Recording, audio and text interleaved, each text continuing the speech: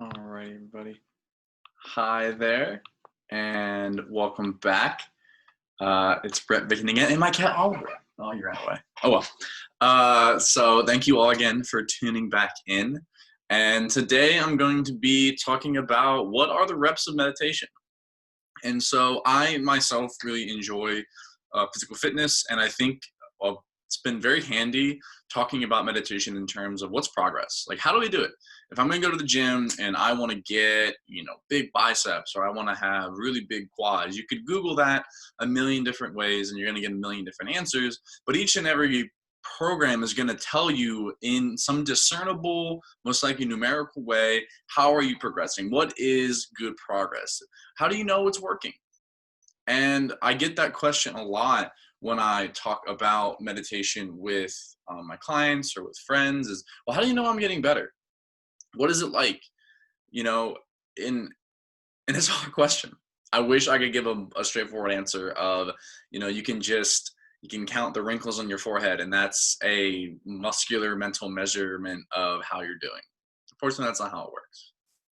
And so I want to talk today about some of the common pitfalls that people fall into when it comes to meditation and what we should be looking for with in regards to progress. And so I want to start off by mentioning that when we look at what the Buddhist philosophy of progress is, it's somewhat paradoxical that the more I learn, the least I know. And that the more I detach from experience, the more experiences I have. The more in control of my emotions I am, the more emotional I become. And so I'll talk about what that actually means in the best way that I can. And starting with when people sit down to meditate and they say that when they first start that, oh, I can sit for 10 minutes and I don't have a thought. I'm completely focused on what's going on. This isn't difficult for me. And then they progress through their practice more. And what they actually realize is that the better they get at meditating, better in air quotes, the more they realize how much their mind wanders. So they may have started off saying, I can do 10 minutes and be fine. Turns out that it takes them to the 9th minute and 59th second to realize that their mind's wandering. So that whole session, their mind's wandering the whole time. It's just become such an automatic, and it is so automatic for us that we don't even realize when it's happening. And then when we begin to meditate, we begin to build those mental muscles, and we find out that our mind wanders far more than we realize. And so it leads to this bit of a crisis that it'd be like if I go to the gym one day and I feel like I can bench 200 pounds. And when I go to look at the weights, they say, it says 100, 100 on each side, but they're actually 5 pounds each. And then I put 10 pounds on and it buries me.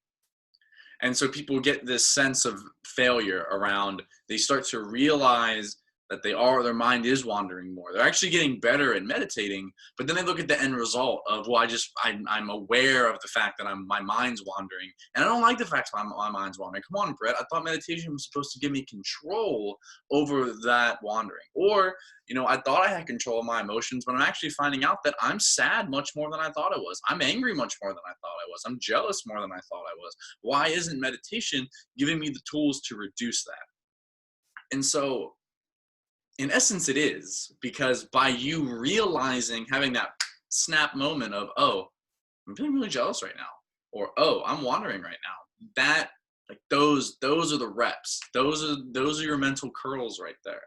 But what people get trapped in is that sense of failure.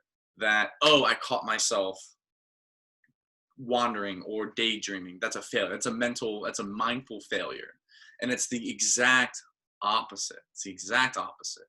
And I think even talking about it in terms of failure, in terms of almost scoreboarding, how many times did I catch myself, it starts to move away from the real goal of meditation. The real goal of meditation isn't, again, to induce a state of mental blankness or pure bliss.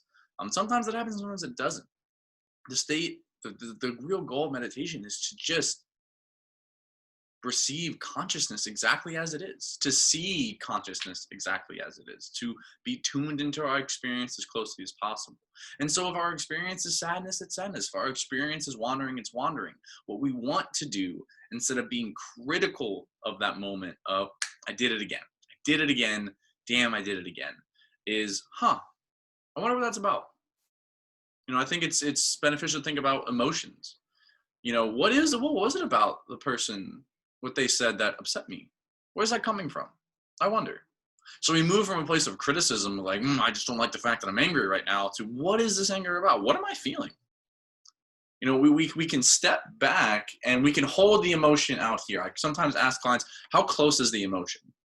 Is it right here? Do you feel you can't get away from it? It's pressed up against you. Is there no daylight between you and that emotion? Where are you in respect to this emotion? And so if we can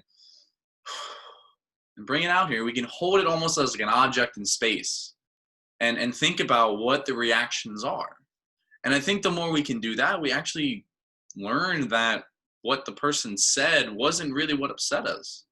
It was our reaction to what they said that upset us. And we have control over that reaction. So we can really generate a superpower here of, I can be angry or sad for as long as I want to be angry or sad. The quality of my experience depends on the quality of my mind. And so how do I enhance that quality? How do I build those muscles? And it's in those moments right there where we catch ourselves, both on the mat and off the mat, where, well, I'm just lost right now. How can I recenter? What can I tune into right now that will bring me back to this state of the present? And that's where the work goes. I'm not saying that we're going to eliminate sadness. I'm not saying we're going to eliminate anger. I'm not saying I'm going to have you be a laser focused mental machine, but I can help you do it sometimes. I actually can't do anything. You and the practice is where the work comes in.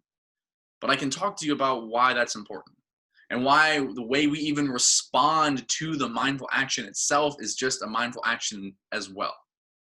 That we can hold that as just a failure or we can hold it as a success. Either way, we are just trying to tune into our experience. So really the practice of meditation is just catching. It's, aha, I see you. I notice you. Am I going to give in to you or am I not? Is this in line with who I am? I can feel angry if I want to feel angry. I can feel happy if I want to feel happy. But I'm making the choice. Once you realize that the nature of your experience is influenced but not dictated by the world around you, I think that sense of control is really relieving. And once we realize ourselves as context and not content, that what arises will fall, that what our experience is really made up is just consciousness and its contents, and what we do is simply observe those contents from a space of consciousness, that things just tend to slide by. And we just want to build that practice of holding that in front of us, holding our experience in front of us and just being curious about it, holding it with equanimity and curiosity. And so I hope that really gave you some brief insight to what practice really looks like. Because it can be challenging, it can be difficult. But the goal is to just get curious about your experience, to not lose yourself in the experience, but to just hold it for what it is and see it for what it exactly is.